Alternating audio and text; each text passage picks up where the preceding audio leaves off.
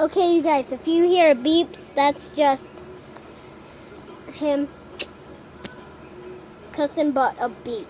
A beep. We're going to be reacting to the 10 freakiest creepypastas ever told. Okay. Don't be afraid, Uncle Matt's here to tell you a bedtime story. And that's how you set the tone for a video. So creepypastas have become incredibly popular in recent years. A creepypasta is an urban legend or scary story that circulates around the internet. It's essentially like a scary campfire story before the digital age. And just like traditional urban legends, most people write these off as ghost stories, simply the product of a creative mind. But there will always be those out there who ask, what if it really happened? So because I've been reading creepypastas so much lately, I figured I would gather the freakiest ones to share with you all. So here they are, the 10 freakiest creepypastas ever told. Oh, and if you're watching this at night, you may want to rethink your choice. Yeah. Number 1 is 1999. This story, simply known as 1999, is about a Canadian blogger named Elliot who decides to investigate a low-budget TV show that he used to watch in 1999 that only aired for a few episodes. One episode... Hello everyone, it's an honor for me to introduce you to my... Right here. Okay. Called Playing with Scissors featured live-action hands on a table. The episode immediately turned dark as one of the hands Hold on, guys. stabbed a smaller hand with a pair. Time to hold on. Okay. Hi, guys, I'm back.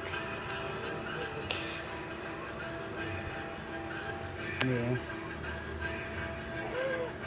Oh man. Scissors, while a muffled child scream could be heard in the background. The next episode, called Mr. Bear's Cellar, featured a mentally unstable man who dressed up as a character called Mr. Bear and did things so disturbing that I can't even mention them here. Eventually, police investigated and shut down the sadistic show, but by that time the damage had been done to anyone who saw the morbid episodes.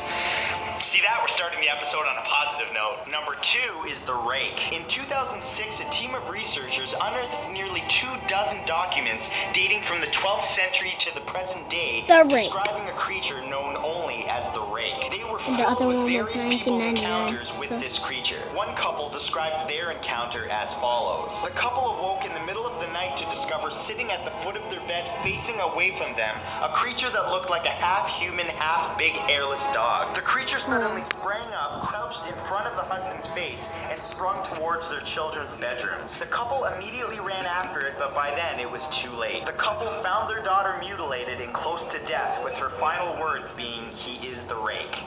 Remember that one when you go to bed tonight. Number 3 is Where the Bad Kids Go. A photographer decided Where the to Bad research an Kids old Go. children's show that he used to watch as a child in wartime Lebanon. The half-hour show relied on graphic imagery and scare tactics. The scene of every episode featured a slow zoom towards an old rusted iron door, and as it got closer, screams could be heard coming from the other side as the text, "That's where the bad kids go," popped up in Arabic. The photographer was able to find the studio where the old show was filmed, and despite being abandoned for a long time, was actually able to find a famous old rusted door, but he was not prepared for what was on the other side. Upon entering the door, he discovered an empty room covered in blood, feces, and bones, with a caged microphone hanging from the middle of the room. A caged microphone. Number 4 is The Other Watcher. There was once a man who checked into a hotel for a few nights. After getting his key from the woman at the front desk, she mentioned that he'll be passing a room with no number and that he should not try to enter the room or even look inside. By the second night, the man was so intrigued that he decided to look through the keyhole of the room. What he found was a very pale woman in an empty room standing in the corner. That night, he returned to his room, but on the third night, he decided to look through the keyhole again, but this time, all he saw was the color red. Nothing else, just a constant deep shade of red. He then returned to the front desk where the woman asked if he had looked through the keyhole. The man admitted that he did, and the woman sighed, saying that many years ago, a man murdered his wife in that very room and that her ghost now haunts it. Her ghost is said to be very pale except for her eyes, which are bloodshot red.